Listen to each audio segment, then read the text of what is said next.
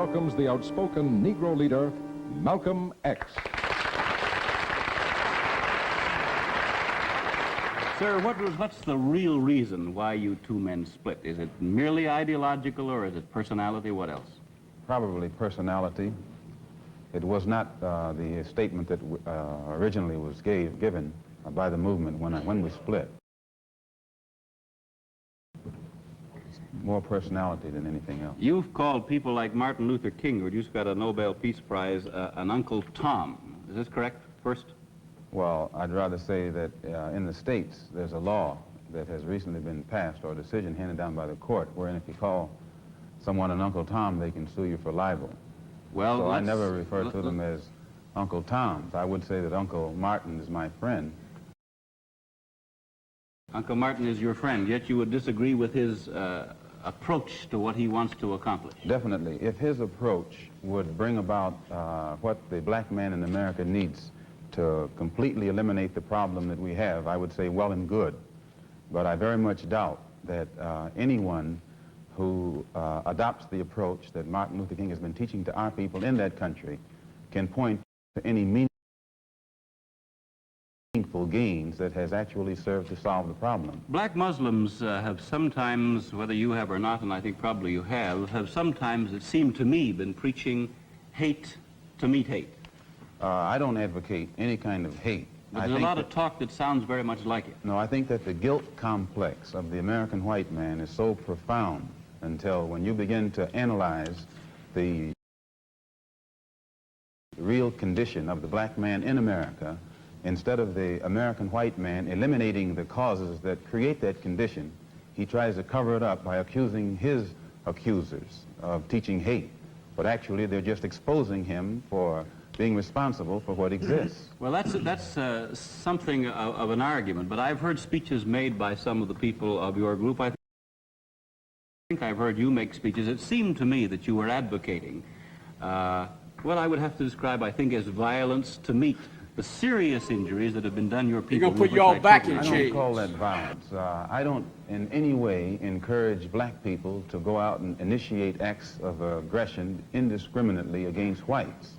But I do believe that the black man in the United States and any human being, anywhere, is well within his right to do whatever is necessary, by any means necessary, to protect his life and property, especially in a country where the federal government itself has proven that it is either unable or unwilling to protect the lives and property of those human beings. Just before Pierre takes it, you've got a pretty good fighter in the world's heavyweight champion lined up with you to help out. Yes, Pierre. Well, Mr. X, I guess I can. What is your real name? Proper Malcolm Mr. X. Is that your legal name? I'm wondering as far as if I'm you still concerned, it's my believe, legal name. as I think you Have you certainly been to did court at the time to you were esta- allied to the Black Muslim movement, in a segregated black nation in North America. I don't believe in any form of segregation or any form of racism. I'm against any form of segregation and against racism. Am I right in saying that the Black Muslim movement, which you have left, did believe in that? Well, Elijah Muhammad taught his followers that the only solution was a separate state for black people. And as long as I thought he genuinely believed that himself, I believed in him and believed in his solution. But when I began to doubt that he himself believed that that was feasible, and I saw no kind of action designed to bring it into existence or bring it about, then I turned in a different direction. Are you still a Muslim yourself? Oh, yes. I'm a Muslim. I believe in the religion of Islam, which believes in brotherhood, complete brotherhood of all people.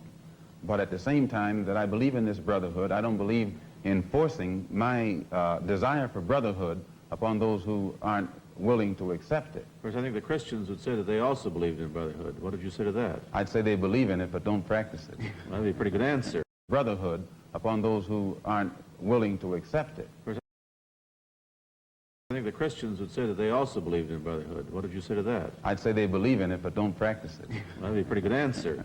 Sir, when the Never have I muezzin witnessed such goes up sincere in the minaret, hospitality and overwhelming twice a spirit day of he brotherhood, cries to the world, as it there is is but practiced one by God, the people of all and colors he and is races Allah. here in the ancient Do you homeland. deny that there is a Christian God? The muezzin does this 5 times a day. 5 times, and I only heard him twice. Well, you were fortunate to hear him twice. But he does this 5 times a day, and the same God that he says that he expresses the existence of is the God that the Christians profess to believe in themselves, and the God that the Jews believe in, one God, the creator of the universe. The Muslims believe in the God that created the universe, and I think the Christians do, and the Jews do. Now, as long as all of them are talking about the creator, the Jews may call him Jehovah, and Christians may have another name for him. Those who are Arabic-speaking refer to him as Allah. Well, we believe in the same God. Now, as the Muslim religion advances in the United States, are you modernizing it or sticking with the old faiths? For example, the complete segregation of the sexes. I think that everything today on this earth is being modernized. Religious principles and practices. The complete segregation of the sexes. I think that everything today on this earth is being modernized. Religious principles and practices, as well as political and other things. Now, when you went to Mecca, this is a very sacred and forbidden city. I tried to get to Mecca myself and certainly didn't make it, not being a Muslim. But how would they accept you as one? You're an American. There are few American Muslims. This is true, and by being an American and not having not being able to speak the Arabic language, I did strike a snag, a very serious snag, but I was fortunate to have been pretty well known by the officials in Arabia, and they knew too that I had accepted Orthodox Islam. It had been highly publicized in the paper, and I became a guest of the state. I was a guest of Prince Faisal, the present King Faisal, and they made it possible for me to go before the committee, Hajj committee or Hajj court, who examines you and asks you questions about your belief, and if you pass it, then you are okay to go to Mecca. But you would have to have a translator then. Oh, I had one. Then realizing that our problem in America, that we are black Americans, and we have a problem that goes beyond religion, we formed a group known as the Organization of Afro-American Unity. And the objective of this organization, it's non-religious, number one. Any Negro can belong to it. And the objective of that organization is to bring about a condition that will guarantee respect and recognition of the 22 million black Americans as human beings. We feel that the problem, number one, of the black man in America is beyond America's ability to solve.